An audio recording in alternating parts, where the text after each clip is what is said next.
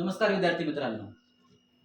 बुद्धिमत्ता चाचणी या विषयाअंतर्गत इंग्रजी अक्षरमाला यावर अनेक प्रश्न परीक्षेला विचारले जातात. इंग्रजी आणि बुद्धिमत्ता या दोनही विषयांमध्ये या घटकावरती तुम्हाला परीक्षेला प्रश्न विचारले जातात. मग इंग्रजी अक्षरमाला सोडवण्या अगोदर आपल्याला आपली जी इंग्रजी अक्षरमाला आहे ती माहिती असणं अतिशय गरजेचं आहे. आणि म्हणून आज आपण काही महत्त्वाच्या मुद्द्यांवरती एक नजर टाकणार आहोत. बघा, आपली जी इंग्रजी अक्षरमाला आहे ती इंग्रजी अक्षरमाला ही 26 अक्षरांची बनलेली आहे. ही 26 अक्षरं कोणती? तर आपली जी अक्षरमाला आहे या अक्षरमालेमध्ये स्वर आणि व्यंजन अशी एकूण 26 मुळाक्षरांची आपली वर्णमाला तयार झालेली आहे.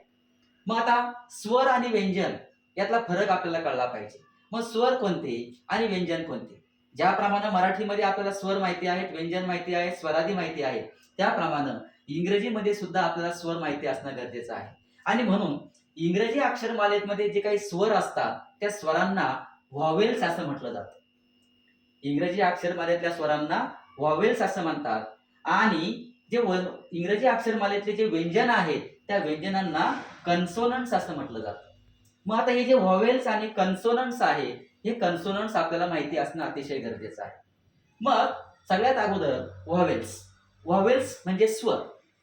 मग इंग्रजीमध्ये एकूण 5 स्वर आहेत. हे जे 5 स्वर आहेत या 5 स्वरांपैकी ए, ई, आय, ओ आणि यू हे व्हॉवेल्स म्हणजे यांना आपण स्वर असं म्हणतो. ए, ई, आय, ओ, यू एकूण 5 स्वर. त्यानंतर हे 5 स्वर सोडले की बाकीची राहिलेली जी काही वर्ण आहेत ती सगळी कन्सोनंट्स मध्ये मोडतात. म्हणजे एकूण जी कन्सोनंट्स आहेत ती कन्सोनंट्स आपण जर पाहिली तर ती 21 येतात. 21 का आली? तर आपल्या इंग्रजी अक्षरमालेमध्ये ए पासून तर झेड पर्यंत जर आपण अक्षरांचा जर विचार केला तर ती 26 आहेत.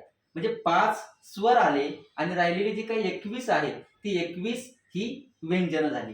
मग त्या व्यंजनामध्ये B, C, D, F, G, H, J, K, L, M, N, P, Q, R, S, T, V, W, X, Y and Z. मग यामध्ये आपण काय काय सोडलंय? A, E, I, O, U हे वर्ण आपण इकडे घेतली नाही. का नाही घेतली? कारण ते काय आहेत? स्वर आहेत. म्हणून आपण स्वर आणि व्यंजन या पद्धतीनं जे ए पासून तर झेड पर्यंत आपली जी इंग्रजी अक्षरमाला आहे त्यामध्ये एकूण 26 अक्षरं आहेत. आणि अशी 26 अक्षरांची म्हणजे स्वर आणि व्यंजन यांची मिळून आपली ही काय झालेली आहे? इंग्रजी अक्षरमाला तयार झालेली आहे.